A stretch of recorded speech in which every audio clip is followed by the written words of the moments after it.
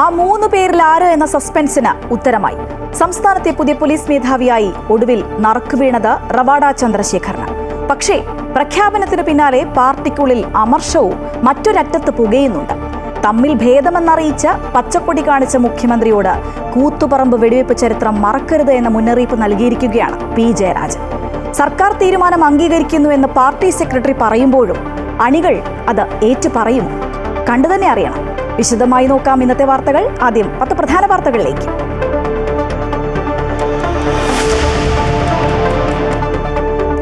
സർക്കാർ ഗവർണർ പോര് മുറുകുന്നു. ഗവർണറുടെ സുരക്ഷയ്ക്കായി രാജ്ഭവൻ ആവശ്യപ്പെട്ട പോലീസ് ഉദ്യോഗസ്ഥരെ അനുവദിക്കാതെ സംസ്ഥാന സർക്കാർ. 6 പോലീസുകാരെയും ഒരു ഡ്രൈവറെയും നിർദ്ദേശിച്ച DGPയുടെ ഉത്തരവ് മണിക്കൂറുകൾക്കകം മരവിപ്പിച്ചു.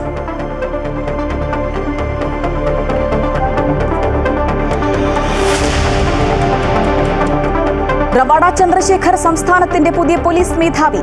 മന്ത്രിസഭാ തീരുമാനം സീനിയറായ നിതിൻ അഗർവാളിനെ മറികടന്ന് UPSC ചുരുക്കപ്പട്ടികയിലെ 3 പേരിൽ ഭേദം റവാഡയെന്ന് മുഖ്യമന്ത്രി. കൂത്തുപറമ്പ് വെടിവെപ്പ് ചരിത്രം മറക്കരുതെന്നും വിശദീകരിക്കേണ്ടത് സർക്കാരെന്നും P Jayarajan.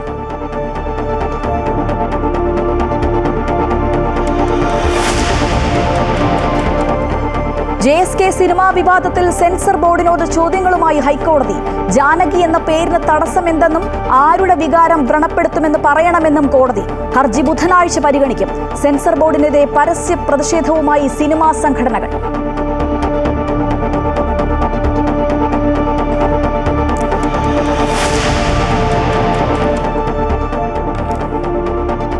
Thiruvananthapuram medical college ആശുപത്രിയിലെ ചികിത്സാ പ്രതിസന്ധി 4-അംഗ സമിതി അന്വേഷിക്കുന്നു. ഉപകരണങ്ങൾ വാങ്ങുന്നതിൽ 1 വർഷമായി മെല്ലെപ്പോക്കെന്ന പരാതിയിൽ ഉറച്ച ഡോക്ടർ ഹാരിസ് ചിറക്കൽ അന്വേഷണ സമിതിക്ക് മൊഴി നൽകി. ഹാരിസിന്റെ വാദം തള്ളി സൂപ്രണ്ടും പ്രിൻസിപ്പലും. ആശുപത്രികൾക്കുള്ള ഫണ്ടുകൾ വെട്ടിക്കുറച്ചു എന്നത് ശരിയല്ല എന്ന് ധനമന്ത്രി.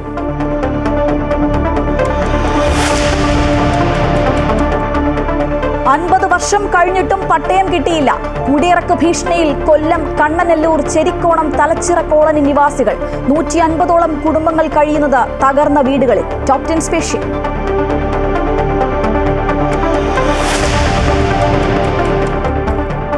BJP കോർ കമ്മിറ്റിയിൽ സംസ്ഥാന അധ്യക്ഷൻ രാജീവ് ചന്ദ്രശേഖറിന് വിമർശനം.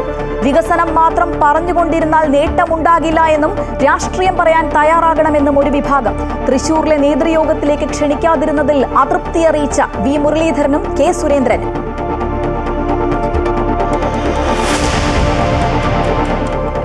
മുൻ മുഖ്യമന്ത്രി VS അച്യുതാനന്ദന്റെ ആരോഗ്യനില ഗുരുതരമായി തുടരുന്നു എന്ന മെഡിക്കൽ ബുള്ളറ്റിൻ. രക്തസമ്മർദ്ദവും വൃക്കകളുടെ പ്രവർത്തനവും സാധാരണ നിലയിലായില്ല. മരുന്നുകളോട് പ്രതികരിക്കുന്നുണ്ടെന്നും ആശുപത്രി അധികൃതർ.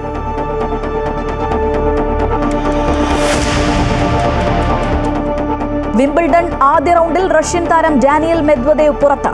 അട്ടിമറിച്ചത് ഫ്രഞ്ച് താരം ബെഞ്ചമിൻ ബോൺസി. ഇന്ത്യക്കെതിരായ 2ാം ടെസ്റ്റിനുള്ള ഇംഗ്ലണ്ട് 11 പ്രഖ്യാപിച്ചു. ടീമിൽ മാറ്റമില്ല. ആർച്ചർ കളിക്കില്ല. 2ാം ടെസ്റ്റ് മറ്റന്നാൾ മുതൽ ബർമിംഗ്ഹാമിൽ.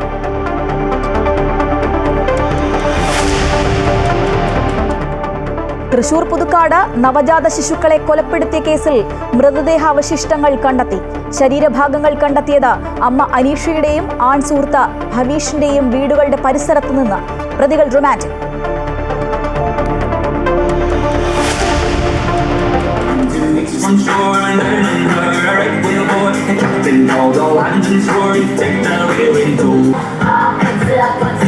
Story of the day. Zumba ചുവടുകളിൽ കൂടെ കൂടി മന്ത്രി.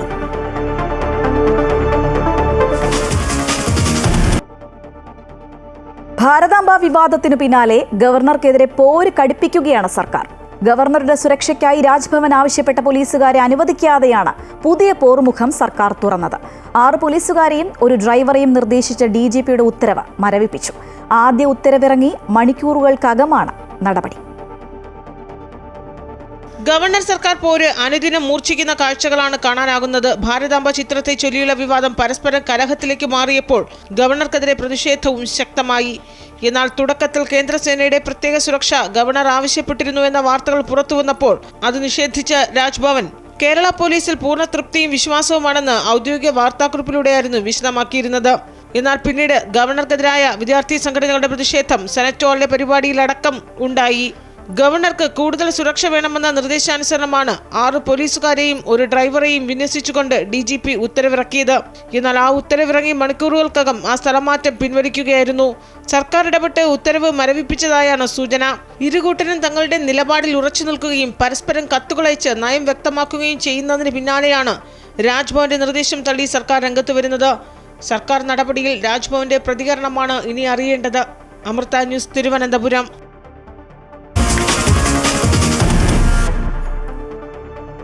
സംസ്ഥാനത്തെ പുതിയ പോലീസ് മേധാവിയായി റവാഡ ചന്ദ്രശേഖറിനെ നിയമിച്ചു. രാവിലെ ചേർന്ന മന്ത്രിസഭാ യോഗമാണ് നിർണായക തീരുമാനമെടുത്തത്. നിലവിൽ കേന്ദ്ര സർവീസിൽ IB സ്പെഷ്യൽ ഡയറക്ടറാണ് റവാഡ. അദ്ദേഹം മടങ്ങിയെത്തുന്നതുവരെ ക്രമസമാധാന ചുമതലയുള്ള ADGP H വെങ്കടേഷിന് പോലീസ് മേധാവിയുടെ താൽക്കാലിക ചുമതല നൽകി സർക്കാർ ഉത്തരവിറക്കി. UPSC നൽകിയ 3 പേരുടെ ചുരുക്കപ്പട്ടികയിൽ നിന്ന് സംസ്ഥാന പോലീസ് മേധാവിയെ തീരുമാനിക്കുക എന്നത് ഇക്കുറി സർക്കാരിന് വലിയ ആശയക്കുഴപ്പമാണ് ഉണ്ടാക്കിയത്. 1ാം പേരുകാരനായ നിതിൻ അഗർവാളിന്റെ സീനിയോറിറ്റി മറികടന്നാണ് 2ാം സ്ഥാനക്കാരനായ റവാഡ ചന്ദ്രശേഖറിനെ സർക്കാർ തീരുമാനിച്ചത്. രാവിലെ ഓൺലൈനായി ചേർന്ന പ്രത്യേക മന്ത്രിസഭാ യോഗത്തിൽ മുഖ്യമന്ത്രി ഇക്കാര്യം അറിയിച്ചു. ആദ്യ പേരുകാരനായ നിതിൻ അഗർവാൾ കേന്ദ്രത്തിൽ BSF ഡയറക്ടറായിരിക്കെ അച്ചടക്ക നടപടി നേരിട്ട് കേരളത്തിലേക്ക് മടങ്ങി വന്നതിനാൽ പോലീസ് മേധാവി സ്ഥാനത്തേക്ക് പരിഗണിക്കാൻ താൽപര്യക്കുറവുണ്ടായിരുന്നു. 3ാം സ്ഥാനക്കാരനായ യോഗേഷ് ഗുപ്ത വിജിലൻസ് മേധാവിയായിരിക്കെ സർക്കാരിന്റെ താൽപര്യത്തിനു വിരുദ്ധമായി ചില തീരുമാനങ്ങൾ കൈക്കൊണ്ടതും അപ്രീതിക്ക് കാരണമായി. അതുകൊണ്ട് തന്നെ 2ാം പേരുകാരനായ റവാഡ ചന്ദ്രശേഖറിന്റെ പേരിന് തന്നെയായിരുന്നു സാധ്യത കൽപ്പിച്ചിരുന്നത്.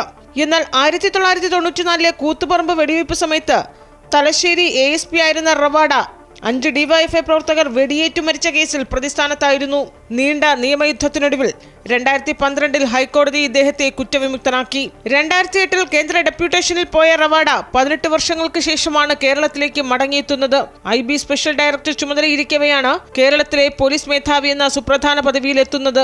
റവാഡ കേരളത്തിലെത്തി ചുമതലയേൽക്കുന്നതുവരെ ക്രമസമാധാന ചുമതലയുള്ള ADGP H വെങ്കടേഷിനാണ് പോലീസ് മേധാവിയുടെ താൽക്കാലിക ചുമതല. അമൃത ന്യൂസ്, തിരുവനന്തപുരം. സംസ്ഥാന പോലീസ് മേധാവിയായിരുന്ന ഡോക്ടർ ഷെയ്ഖ് ദർവേസ് സാഹിബ് വിരമിച്ചു. 35 വർഷം പോലീസ് സേനയുടെ ഭാഗമായിരുന്നു. ക്രമസമാധാന ചുമതലയുള്ള ADGP H വെങ്കടേഷിന് താൽക്കാലിക ചുമതല നൽകിയാണ് പടിയിറക്കം. പുതിയ മേധാവി റവാഡ ചന്ദ്രശേഖർ IPS നാളെ ചുമതലയേൽക്കും.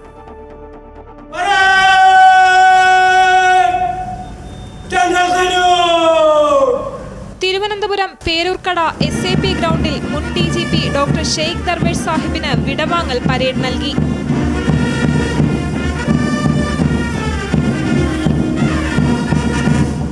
സാമ്പത്തിക തട്ടിപ്പ്, സൈബർ ക്രൈം, ലഹരി എന്നിവയാകും വരും കാലങ്ങളിൽ പോലീസ് നേരിടാൻ പോകുന്ന പ്രധാന വെല്ലുവിളികളെന്ന് DGP ഡോക്ടർ ഷെയ്ഖ് ദർവേസ് സാഹിബ് വിടവാങ്ങൽ പ്രസംഗത്തിൽ പറഞ്ഞു. ഭാവിയിൽ നേരിടാൻ പോകുന്ന പ്രധാനപ്പെട്ട പ്രശ്നങ്ങൾ സൈബർ ക്രൈംസ്, ഫിനാൻഷ്യൽ ഫ്രോഡ്സ്, പിന്നെ നാർക്കോട്ടിക് ഡ്രഗ്സ്. പോലീസ് ആസ്ഥാനത്ത് DGPക്ക് യാത്രയയപ്പ് നൽകി. 4:30 പോലീസ് ആസ്ഥാനത്തെത്തിയ അദ്ദേഹം ധീരസ്മൃതി ഭൂമിയിൽ പുഷ്പചക്രമർപ്പിച്ചു. പുതിയ മേധാവി ചുമതലയേൽക്കും വരെ സംസ്ഥാന പോലീസ് മേധാവിയുടെ അധിക ചുമതല വഹിക്കുന്ന ക്രമസമാധാന വിഭാഗം ADGP H വെങ്കടേഷിന് ചുമതല കൈമാറി.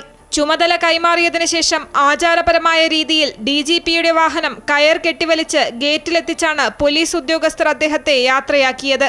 മുതിർന്ന പോലീസ് ഉദ്യോഗസ്ഥർ, പോലീസ് ആസ്ഥാനത്തെ ജീവനക്കാർ എന്നിവർ ചടങ്ങിൽ പങ്കെടുത്തു. അമൃത ന്യൂസ്, തിരുവനന്തപുരം. കേന്ദ്ര സർവീസിൽ പോയി 18 വർഷങ്ങൾക്ക് ശേഷം മടങ്ങിയെത്തി സുപ്രധാന ചുമതലയേൽക്കുന്ന റവാഡ ചന്ദ്രശേഖറെ കാത്തിരിക്കുന്നത് കൂത്തുപറമ്പ് വെടിവെപ്പ് കേസുമായി ബന്ധപ്പെട്ട വിവാദമാണ്. UPSC നൽകിയ ചുരുക്കപ്പട്ടികയിലെ 3 പേരിൽ ഭേദം റവാഡ എന്നായിരുന്നു മന്ത്രിസഭാ യോഗത്തിൽ മുഖ്യമന്ത്രി പോലും പറഞ്ഞത്.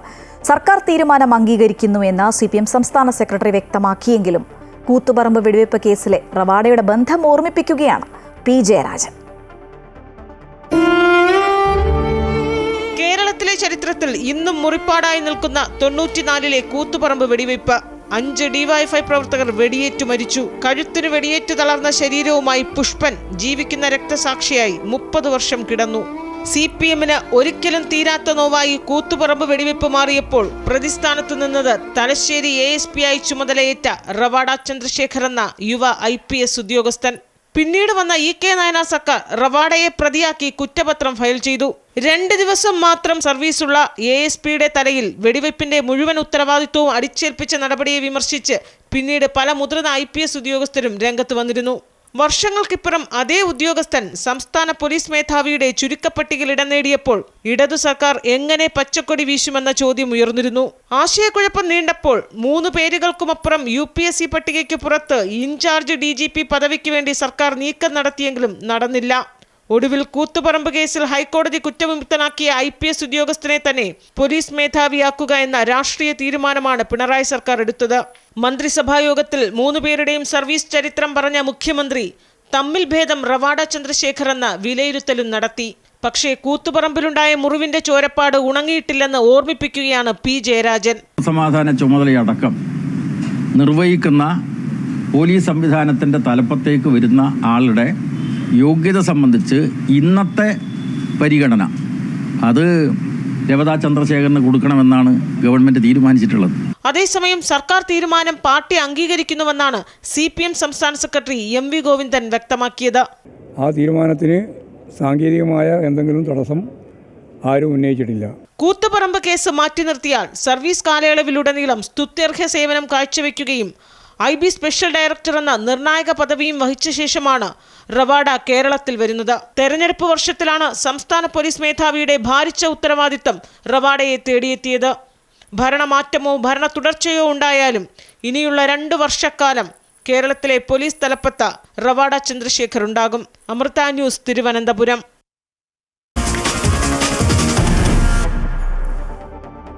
ജാനകി എന്ന പേരിൽ സിനിമ വന്നാൽ എന്താണ് കുഴപ്പമെന്ന് സെൻസർ ബോർഡിനോട് വീണ്ടും ഹൈക്കോടതി. നീതിക്ക് വേണ്ടി പോരാടുന്ന വനിതയ്ക്ക് ജാനകി എന്ന് പേരിടുന്നത് നല്ലതല്ലേ എന്നും കോടതി ചോദിക്കുന്നു. സുരേഷ് ഗോപി ചിത്രത്തിന്റെ പേര് മാറ്റാൻ സെൻസർ ബോർഡ് വാശി പിടിക്കുന്നതിന് നിയമ പിന്തുണയില്ല എന്നും കോടതി ചൂണ്ടിക്കാട്ടി. സുരേഷ് ഗോപി ചിത്രത്തിന് ജാനകി എന്ന പേര് നിഷേധിച്ച സെൻസർ ബോർഡിനോട് നിരവധി ചോദ്യങ്ങളാണ് ഹൈക്കോടതി ചോദിച്ചത്.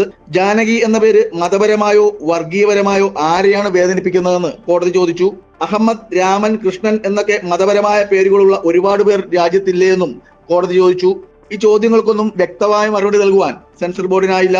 സ്വന്തം കലാസൃഷ്ടിക്ക് എന്ത് പേര് കൊടുക്കണമെന്ന് ആ കലാകാരനാണ് തീരുമാനിക്കുന്നതെന്നും അത് മൗലികാവകാശത്തിൽപ്പെടുന്ന കാര്യമാണെന്നും കോടതി പറഞ്ഞു. സെൻസർ ബോർഡിന്റെ ഈ പിടിവാശിയിൽ നിയമപരമായി യാതൊരു പിന്തുണയും ഉണ്ടാവുന്നില്ലെന്നും കോടതി ചൂണ്ടിക്കാട്ടി.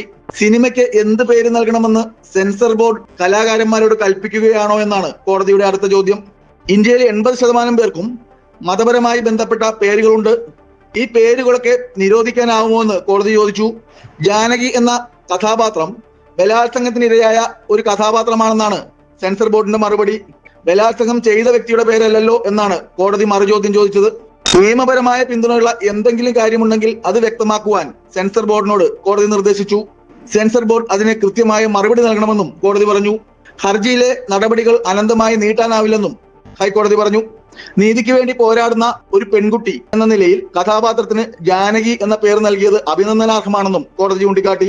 സെൻസർ ബോർഡിന്റെ മറുപടി കൂടെ കേട്ട ശേഷം ഹൈക്കോടതി ബുധനാഴ്ച കേസിൽ വിധി പറഞ്ഞേക്കും. അമൃത ന്യൂസ്, കൊച്ചി.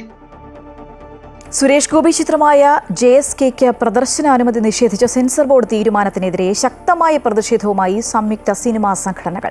തിരുവനന്തപുരത്ത് സെൻസർ ബോർഡ് ഓഫീസിന് മുന്നിൽ ഏകദിന പ്രതിഷേധവുമായാണ് സിനിമാ സംഘടനകൾ എത്തിയത്. സുരേഷ് ഗോപി നായകനായ Janaki versus state of Kerala എന്ന ചിത്രത്തിനാണ് സെൻസർ ബോർഡ് റിവൈസിംഗ് കമ്മിറ്റി പ്രദർശനാനുമതി നിഷേധിച്ചത്.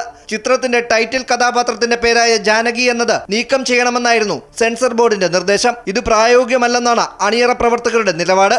ചിത്രത്തിന്റെ റിലീസിംഗ് തടസ്സപ്പെട്ടതോടെയാണ് ഫെഫ്കയുടെ നേതൃത്വത്തിൽ സിനിമാ മേഖലയിലെ സംഘടനകൾ സംയുക്തമായി തിരുവനന്തപുരത്തെ സെൻസർ ബോർഡ് ഓഫീസിന് മുന്നിൽ പ്രതിഷേധം നടത്തിയത്. ആവിഷ്കാര സ്വാതന്ത്ര്യത്തിനുമേലുള്ള കടന്നുകയറ്റമായാണ് ഇതിനെ കാണുന്നതെന്നും സെൻസർ ബോർഡ് തീരുമാനം മാറ്റുന്നതുവരെ പ്രതിഷേധം തുടരുമെന്നും വിവിധ സിനിമാ സംഘടനാ നേതാക്കൾ പറഞ്ഞു.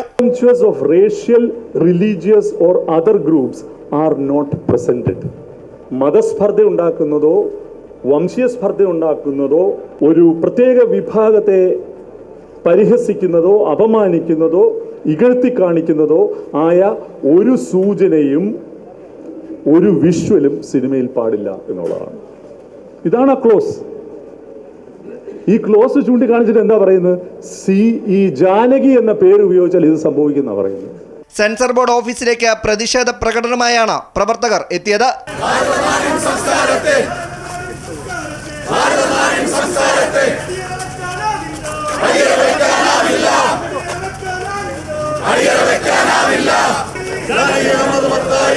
തുടർന്ന് നടന്ന ഏകദിന പ്രതിഷേധ സംഗമത്തിൽ സിനിമ, സീരിയൽ രംഗത്തെ നടീനടന്മാരും അണിയറ പ്രവർത്തകരും ഉൾപ്പെടെ നിരവധി പേർ പങ്കെടുത്തു. പ്രതിഷേധത്തിന് പിന്തുണയുമായി CPI സംസ്ഥാന സെക്രട്ടറി ബിനോയ് വിശ്വവും കോൺഗ്രസ് നേതാവ് K മുരളീധരനും പ്രതിഷേധ വേദിയിലെത്തി. അമൃത ന്യൂസ്, തിരുവനന്തപുരം.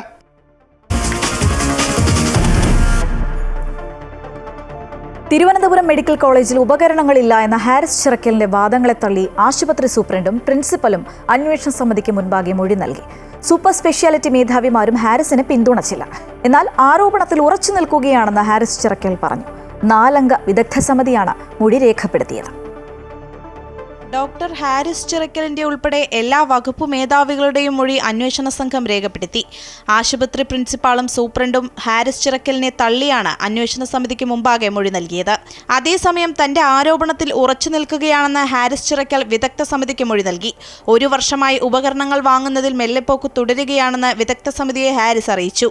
എന്നാൽ സൂപ്പർ സ്പെഷ്യാലിറ്റി മേധാവികൾ ഹാരിസിനെ പിന്തുണച്ചില്ല. സർക്കാർ സംവിധാനത്തിലെ സാധാരണയുള്ള കാലതാമസം മാത്രമാണെന്ന് വകുപ്പ് മേധാവികൾ വിദഗ്ധ സമിതിയെ അറിയിച്ചു. രേഖകൾ മുഴുവൻ വിലയിരുത്തിയ ശേഷം വിദഗ്ധ സംഘം വീണ്ടും തെളിവെടുപ്പിനെത്തും. Alappuzha medical college principal doctor B പത്മകുമാറിനെ കൂടാതെ നെഫ്രോളജി വിഭാഗം മേധാവി doctor S Gomathi, Kottayam medical college superintendent TK Jayakumar, urology വിഭാഗം മേധാവി ഡോക്ടർ രാജീവൻ അമ്പലത്തറയ്ക്കൽ എന്നിവരാണ് വിദഗ്ധ സമിതിയിലെ മറ്റംഗങ്ങൾ. അന്വേഷണ സമിതിയിൽ പൂർണ്ണ തൃപ്തനാണെന്നും എല്ലാ വിഷയങ്ങളും അന്വേഷിച്ച് ശാശ്വത പരിഹാരം വേണമെന്നും ഡോക്ടർ ഹാരിസ് ചിറക്കൽ ആവശ്യപ്പെട്ടു. വളരെ തൃപ്തികരമാണ്. അത് ഇത്രയും വേഗത്തിൽ ഗവൺമെൻറ് അതിനെപ്പറ്റി അന്വേഷിക്കുന്നതിനും അന്വേഷണ കമ്മിറ്റി ഏർപ്പെടുത്തിയതിലും വളരെ സന്തോഷമുണ്ട്. മാത്രമല്ല ഇന്നലെ മെഡിക്കൽ കോളേജ് പ്രിൻസിപ്പൽ നേരിട്ട് വന്ന് അദ്ദേഹം എനിക്ക് എല്ലാ സപ്പോർട്ടും ഈ കാര്യത്തിനകത്ത് വാഗ്ദാനം ചെയ്തിട്ടാണ് അദ്ദേഹം പോയിരിക്കുന്നത്. അന്വേഷണം പൂർത്തീകരിച്ച് അടിയന്തരമായി റിപ്പോർട്ട് സമർപ്പിക്കാനാണ് സർക്കാർ നിർദ്ദേശം നൽകിയിരിക്കുന്നത്. Amrita news, Thiruvananthapuram. Thiruvananthapuram medical college ആശുപത്രി വിഷയത്തിൽ പ്രതികരിച്ച മന്ത്രി KN ബാലഗോപാൽ ആശുപത്രികൾക്കുള്ള ഫണ്ടുകൾ വെട്ടിക്കുറച്ചു എന്ന് പറയുന്നത് ശരിയല്ല എന്നും ധനവകുപ്പ് അങ്ങനെ ഒരു തീരുമാനം എടുത്തിട്ടില്ലെന്നും മന്ത്രി പറഞ്ഞു. സർക്കാരിനെ വിമർശിക്കുന്നതിൽ തെറ്റില്ല, എന്നാൽ ഇല്ലാത്ത കാര്യങ്ങൾ പറയരുതെന്നും മന്ത്രി കൊല്ലത്ത് പറഞ്ഞു. കണ്ണടയ്ക്കുന്ന സ്വഭാവമൊന്നും ഇടതുപക്ഷത്തിനില്ല. കാരണം ഒരു പ്രശ്നം വന്നാൽ ഞാൻ രണ്ടാണ് പറഞ്ഞത്. ഒന്ന്, കുറച്ചുകൂടി സാധനങ്ങൾ വേണം, ആവശ്യമുണ്ടെന്നുള്ളതൊരു കാര്യം, അത് ജനുവിനായ ആവശ്യമാണ്. രണ്ടാമത് ഇതിങ്ങനെ വെട്ടിക്കുറച്ചില്ലാത്തതുകൊണ്ടാണെന്ന് പറഞ്ഞത് ശരിയായൊരു കാര്യമല്ല. അതാണ് രാഷ്ട്രീയ പ്രേരിതമാണെന്ന് പറയുന്നില്ല. ഒരു കാര്യം കണ്ടു കഴിഞ്ഞാൽ പ്രതിപക്ഷം ഉൾപ്പെടെയുള്ളവർ സ്വാഭാവികമായിട്ട് അത് കൂടുതൽ പറയും. പക്ഷെ പത്രങ്ങൾ കൊടുക്കുമ്പോൾ അല്ലെങ്കിൽ മീഡിയ നിങ്ങൾ കൊടുക്കുമ്പോൾ കുറച്ചുകൂടി ഓതന്റിക് ആവണമെന്ന് ഞാൻ പറയുന്നുള്ളൂ. നിങ്ങളുടെ സ്വാതന്ത്ര്യമാണ്. പക്ഷേ ഈ പറഞ്ഞത് തന്നെ ഇത്രയും വെട്ടിക്കുറച്ചു എന്ന് പറയുമ്പോൾ ഇപ്പം ഞാനിപ്പോൾ പറയുന്നതുകൊണ്ടും ഞാനിന്ന് പരിശോധിച്ചുകൊണ്ടല്ലേ എനിക്ക് ഇത്രയും പറയാൻ പറ്റുന്നത്. പ്രതിപക്ഷം ആരോഗ്യരംഗത്തെക്കുറിച്ച് പറഞ്ഞത് ശരിയെന്ന് പ്രതിപക്ഷ നേതാവ് VD സതീശൻ. മെഡിക്കൽ കോളേജുകളിൽ മരുന്നുകളും ശസ്ത്രക്രിയാ ഉപകരണങ്ങളുമില്ല. എല്ലാ ആശുപത്രികളിലും ഇത് തന്നെയാണ് അവസ്ഥ. ധനപ്രതിസന്ധി ഇല്ല എന്ന് പറഞ്ഞ മുഖ്യമന്ത്രി ഇപ്പോൾ ധനപ്രതിസന്ധി ഉണ്ടെന്ന് പറയുകയാണെന്നും പ്രതിപക്ഷ നേതാവ് ആരോപിച്ചു. ഈ കേരളത്തിൽ ആരോഗ്യ കേരളം വെന്റിലേറ്ററിലാണ് എന്ന സത്യം അത് യാഥാർത്ഥ്യമാണ്. അത് പരിഹരിക്കാനുള്ള ശ്രമം നടത്തുന്നതിന് പകരം ന്യായീകരണ പരിപാടിയും PR മാനേജ്മെൻറ്റും അതാണ് ആരോഗ്യരംഗത്തെ നശിപ്പിച്ചതിൻ്റെ പ്രധാനപ്പെട്ട കാര്യം PR വർക്കാണ്. ഇല്ലാത്തത് പൊലിപ്പിച്ച് കാണിക്കുന്ന PR വർക്ക് നടത്തി അധികം നാൾ ആളുകളെ കബളിപ്പിക്കാൻ പറ്റില്ല. അതുകൊണ്ട് ഞങ്ങൾ ഇന്ന് ഹെൽത്ത് കമ്മീഷൻ UDF പ്രഖ്യാപിക്കുകയാണ്. ആ ഹെൽത്ത് കമ്മീഷൻ ഗൗരവമായ പബ്ലിക് ഹെൽത്ത് എക്സ്പേർട്ടുകൾ ഉൾപ്പെടുന്ന ഹെൽത്ത് കമ്മീഷനാണ് UDF എന്ന് പ്രഖ്യാപിക്കുന്നത്. ജനങ്ങൾക്ക് ജീവിക്കാൻ പറ്റാതായപ്പോൾ ആ കടലാക്രമണ സംവിധാനങ്ങളെ കുറച്ചുകൂടി പ്രതിരോധ സംവിധാനങ്ങളെ കുറച്ചുകൂടി മെച്ചപ്പെടുത്താനും ആ പാവപ്പെട്ടവർക്ക് സഹായം നൽകാനും സർക്കാർ തയ്യാറാകാത്തതിൽ പ്രതിഷേധിച്ചാണ് കരിങ്കൊടി കാണിച്ചത്. ഡോക്ടർ ഹാരിസ് ചിറക്കലിന്റെ വെളിപ്പെടുത്തൽ ആരോഗ്യമേഖലയുടെ തകർച്ച വെളിവാക്കുന്നതെന്ന് BJP നേതാവ് K സുരേന്ദ്രൻ. ആദ്യം ഹാരിസിനെ വിമർശിച്ചവർ പിന്നീട് പിന്തുണ അറിയിച്ചത് പല അഴിമതി കഥകളും പുറത്തുവരുമെന്ന ഭയം കൊണ്ടാണെന്നും അദ്ദേഹം ആരോപിച്ചു. Medical college director Facebook post ഇട്ടപ്പോൾ ആദ്യം എതിർത്തവർ പിന്നീട് അദ്ദേഹത്തെ വിശുദ്ധനാക്കാൻ ശ്രമിക്കുന്നതിന് പിന്നിൽ നടന്നിട്ടുള്ള പല അഴിമതികളും പുറത്തു വരുമെന്നുള്ള ഭയമാണ്. ഭീകരമായ തീവട്ടിക്കൊള്ള ഇവിടെ നടന്നിരിക്കുന്നു. ഗുരുതരമായ മനുഷ്യാവകാശ ലംഘനങ്ങളാണ് സംസ്ഥാനത്തെ ആരോഗ്യ മേഖലയിൽ നടക്കുന്നത്. അതുകൊണ്ട് ഇതൊരു ചെറിയ വിഷയമല്ല, മഞ്ഞുമലയുടെ ഒരു അറ്റം മാത്രമാണ് ഇപ്പോൾ ഡയറക്ടറുടെ വെളിപ്പെടുത്തലൂടെ പുറത്തു വന്നിരിക്കുന്നത്. ഇതിനെക്കുറിച്ച് സമഗ്രമായ അന്വേഷണം വേണമെന്ന് ഭാരതീയ ജനതാ പാർട്ടി ആവശ്യപ്പെടുകയാണ്. നിങ്ങളൊരു നറേറ്റീവ് ഉണ്ട് ഇവിടെ, പിണറായി മറ്റേ വന്നിട്ടാണ് ഇവിടെ നേരെ. പണ്ട് മുതലേ കേരളത്തിലെ ആരോഗ്യ രംഗത്ത് വിദ്യാഭ്യാസം, ആരോഗ്യം ഈ രണ്ട് മേഖലകളിലും രാജവംശത്തിന്റെ കാലം മുതൽ നമ്മൾക്ക് ഒരു അഭിമാനം ഉണ്ടായിരുന്നു. അത് നിങ്ങൾ തകർത്തു LDF. വർഷം 50 കഴിഞ്ഞിട്ടും പട്ടയം കിട്ടാതെ ദുരിതം അനുഭവിക്കുകയാണ് 150ഓളം കുടുംബങ്ങൾ. കൊല്ലം, കണ്ണനല്ലൂർ, ചെരിക്കോണം, തലച്ചിറ കോളനി നിവാസികളാണ് തകർന്ന വീടുകളിൽ ജീവിതം തള്ളി നീക്കുന്നത്. പട്ടയം ലഭിക്കാത്തതുമൂലം ഏത് നിമിഷവും ഇവിടെ നിന്നും ഇറങ്ങി കൊടുക്കേണ്ടി വരുമെന്ന ആശങ്കയും ഈ കോളനി നിവാസികൾക്കുണ്ട്. Top 10 special. അറിഞ്ഞതും പറഞ്ഞതുമൊന്നുമല്ല ചിലപ്പോൾ യാഥാർത്ഥ്യങ്ങൾ. നമുക്കൊപ്പം ഉണ്ടായിട്ടും നമ്മൾ അറിയാതെ പോകുന്ന ചിലതുണ്ട്. കണ്ണനല്ലൂർ, ചേരിക്കോണം, തലച്ചിറ കോളനിയിലെത്തിയാൽ ഈ യാഥാർത്ഥ്യങ്ങൾക്ക് മുന്നിൽ ചിലപ്പോൾ കണ്ണുകൾ നിറയും. തകർന്നു വീഴാറായതല്ല, തകർന്നു വീണ വീടുകൾ ഇവിടെ ഒരുപാടുണ്ട്. ഈ വീടുകളിൽ വേദനയോടെ കഴിയുന്ന പല പ്രായത്തിലുള്ള മനുഷ്യർ. അപ്പോൾ അടച്ചുറപ്പുള്ള നല്ലൊരു വീട്, ഇതാണ് ഞങ്ങളുടെ എല്ലാം സ്വപ്നം. പിന്നെയെന്ന് പറഞ്ഞാൽ വേറെ പ്രധാനപ്പെട്ട കാര്യമെന്ന് പറഞ്ഞാൽ ഞങ്ങൾ പിറന്ന മണ്ണായത് എല്ലാം ഞങ്ങൾ ഒരു 2-3 തലമുറ കൊണ്ട് പിറന്ന മണ്ണാണ്. അപ്പം നമുക്കിത് വേണം എന്നുള്ളൊരു ആഗ്രഹമുണ്ട്.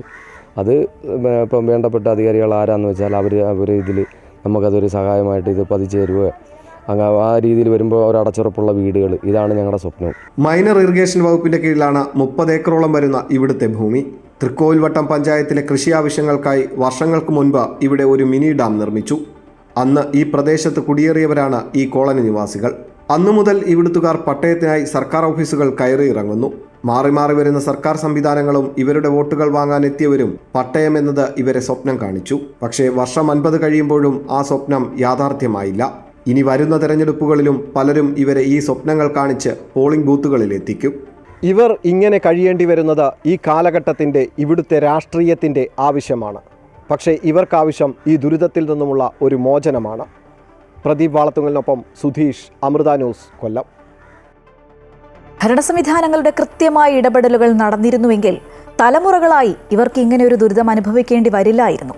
അടിച്ചമർത്തപ്പെട്ടു കഴിയേണ്ടവരല്ല എന്ന ചിന്ത ഇപ്പോൾ ഇവരിൽ ഉയർന്നു വരുന്നുണ്ട്. അതിദരിദ്രത ഇല്ലാതാക്കാനുള്ള പദ്ധതികൾ സർക്കാർ നടപ്പിലാക്കി വരുമ്പോൾ ഇവരുടെ വാക്കുകൾ കേൾക്കുക തന്നെ വേണം. 50 വർഷമായി ഞങ്ങളുടെ അമ്മയൊക്കെ ഇവിടെ താമസത്തിന് വന്നിട്ട് ഇന്ന് വരെ ഒരു പട്ടയോ കാര്യങ്ങളോ ഒന്നുമില്ല. ഈ 50 മിനിമം ഒരിടത്ത് താമസത്തിന് വന്ന 25 വർഷമൊക്കെ ആകുമ്പോഴത്തേന് പട്ടയം കൊടുക്കും. ഇതിപ്പോൾ 50 വർഷം 55 വർഷം കൊണ്ട് ജീവിക്കുന്നവരുണ്ട് ഇവിടെ. എന്നിട്ട് ഇതിനൊന്നും പട്ടയമൊന്നും കിട്ടിയിട്ടില്ല. ഇലക്ഷൻ വരുമ്പോൾ എല്ലാവരും പറയും അവിടെ തരാം ഇവിടെ തരാം എന്നെല്ലാം പറയും. എന്നിട്ട് തരണ്ടേ? ഇറിഗേഷൻ അണ്ടറിലാണ് നമ്മളെ ഈ താഴത്തെ വയൽ ഈ പഞ്ചായത്തിലെ വയൽ ഏലകളിലേക്ക് കൃഷിക്ക് വേണ്ടി ചെയ്ത ഒരു മിനി ഡാമാണത്. അതിൻ്റെ ഈ പ്രദേശങ്ങളിലാണ് ഈ ഒരു 40-45 വർഷമായിട്ട് ഈ ആൾക്കാർ കുടിലുകൾ വെച്ചത്. നിലവിൽ ഇവിടെ ഉള്ളവർക്ക് പിന്നെ ഓരോ പദ്ധതി പ്രകാരം മുൻപ് EMS ഭവന പദ്ധതിയും IAYയും PMAYയും ഇപ്പോഴത്തെ ലൈഫ് മിഷൻ പദ്ധതി ഉൾപ്പെടെ ഓരോരുത്തർക്ക് വീട് കൊടുക്കുന്നുണ്ട്. പക്ഷേ എങ്കിലും പൂർണ്ണമായിട്ട് ഈ കോളനി നിർമ്മാർജ്ജന സംവിധാനം നടക്കുന്നില്ല. കാര്യം ഒരു കുടുംബം പോകുമ്പോൾ മറ്റൊരു കുടുംബം അതിലേക്ക് വന്നുകൊണ്ടിരിക്കുകയാണ്. അന്നേരം ഒരുമിച്ച് എന്തെങ്കിലും ഒരു സംവിധാനം ചെയ്താൽ മാത്രമേ ഇതിൽ നിന്ന് അവർക്കൊരു പൂർണ്ണമായി മുക്തി കിട്ടത്തുള്ളൂ.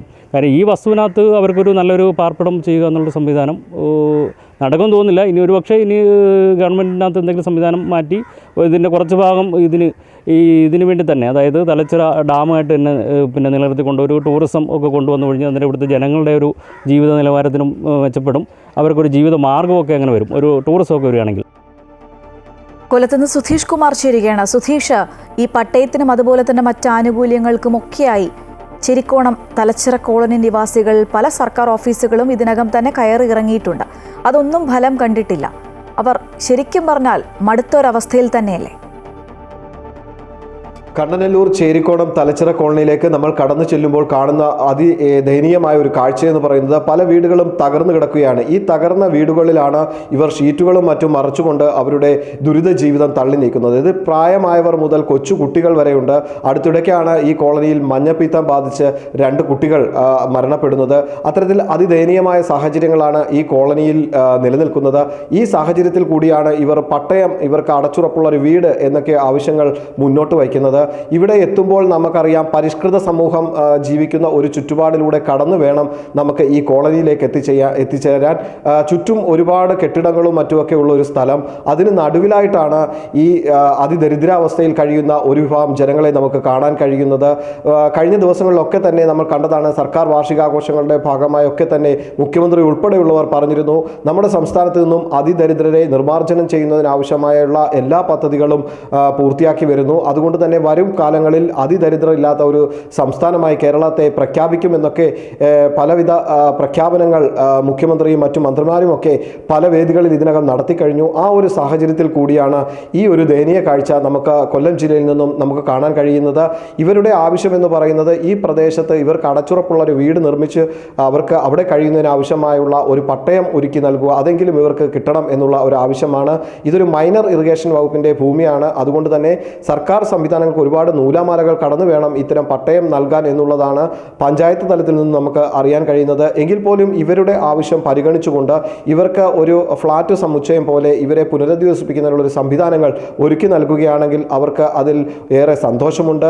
അതിനായി അവർ കാത്തിരിക്കുകയാണ്. പക്ഷേ വരും വർഷങ്ങളിലുമൊക്കെ ഇത്തരത്തിൽ ഇവരെ ഒരു തിരഞ്ഞെടുപ്പ് ചിത്രത്തിന് വേണ്ടി മാത്രം, അല്ലെങ്കിൽ തിരഞ്ഞെടുപ്പ് കാലത്തേക്ക് മാത്രം ഉപയോഗിക്കുന്ന ഒരു വസ്തുക്കളായി മാറ്റരുതേ എന്നൊരു പ്രാർത്ഥനയും അതിൻ്റെ അപേക്ഷയുമാണ് അവർ നമ്മളോട് പങ്കുവെക്കുന്നത്. തീർച്ചയായും തലച്ചിറ കോളനി നിവാസികൾക്ക് നീതി വേണം. അവരുടെ ആവശ്യം ഞങ്ങൾ അധികൃതർക്ക് മുന്നിൽ വയ്ക്കുകയാണ്.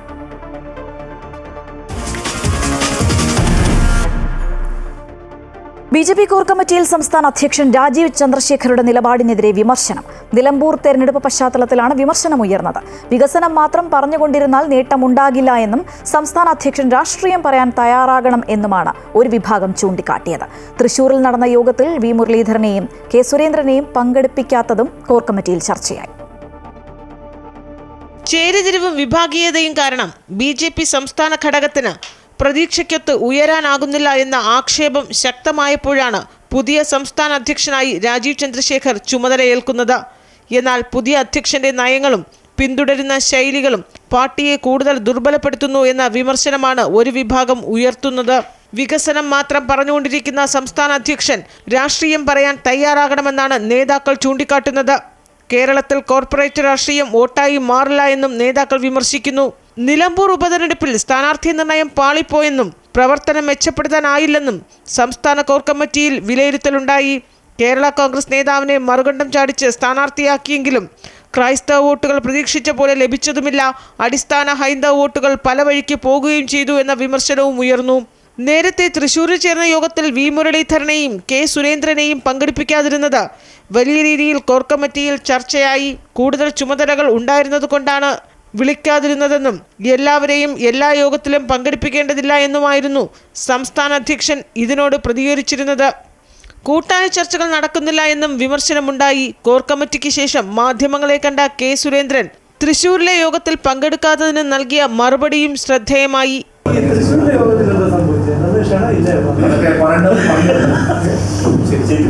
നേതൃനിരയിലെ ചേരിപ്പോര് പരിഹരിക്കാൻ കൊണ്ടുവന്ന അധ്യക്ഷൻ ഒരു വിഭാഗത്തെ മാത്രം ഒപ്പം നിർത്തുന്നുവെന്ന ആക്ഷേപമാണ് ഇപ്പോൾ ഉയരുന്നത്. സംസ്ഥാന ഘടകത്തിൽ പുനഃസംഘടന നടക്കാനിരിക്കെയാണ് അധ്യക്ഷനെതിരെ വിമർശനങ്ങളുമായി ഒരു വിഭാഗം രംഗത്ത് വരുന്നത്. അമൃത ന്യൂസ്, തിരുവനന്തപുരം.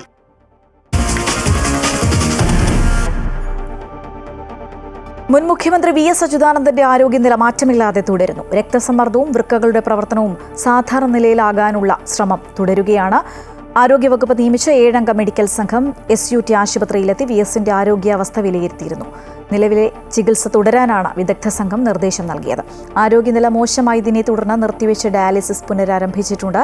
ഹൃദയാഘാതത്തെ തുടർന്ന് കഴിഞ്ഞ തിങ്കളാഴ്ചയാണ് VSനെ ആശുപത്രിയിൽ പ്രവേശിപ്പിച്ചത്.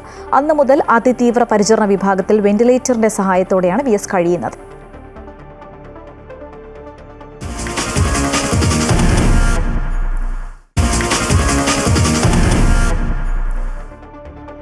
വിംബിൾഡൺ ടെന്നീസ് ടൂർണമെന്റിൽ വൻ അട്ടിമറി. ആദ്യ റൗണ്ടിൽ തന്നെ പരാജയപ്പെട്ട മുൻ US ഓപ്പൺ ചാമ്പ്യനായ ഡാനിയൽ മെദ്വദേവ് പുറത്തായി. ഫ്രഞ്ച് താരം ബെഞ്ചമിൻ ബോൺസിയാണ് താരത്തെ അട്ടിമറിച്ചത്.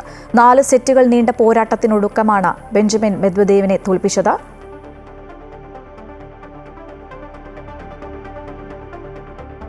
ഇന്ത്യക്കെതിരായ രണ്ടാം ക്രിക്കറ്റ് ടെസ്റ്റിനുള്ള പ്ലേയിങ് 11 പ്രഖ്യാപിച്ച ഇംഗ്ലണ്ട്. ആദ്യ ടെസ്റ്റിൽ കളിച്ച ടീമിൽ മാറ്റമൊന്നുമില്ലാതെയാണ് ഇംഗ്ലണ്ട് രണ്ടാം ടെസ്റ്റിന് ഇറങ്ങുന്നത്. Pacer Jofra Archer England playing 11-ൽ എത്തുമെന്ന് പ്രതീക്ഷിച്ചിരുന്നുവെങ്കിലും ആർച്ചറെ രണ്ടാം ടെസ്റ്റിനുള്ള ടീമിലേക്ക് പരിഗണിച്ചില്ല. ആദ്യ ടെസ്റ്റിൽ ജയിച്ച ഇംഗ്ലണ്ട് 5 മത്സരങ്ങളടങ്ങിയ പരമ്പരയിൽ 1-0 മുന്നിലാണ്.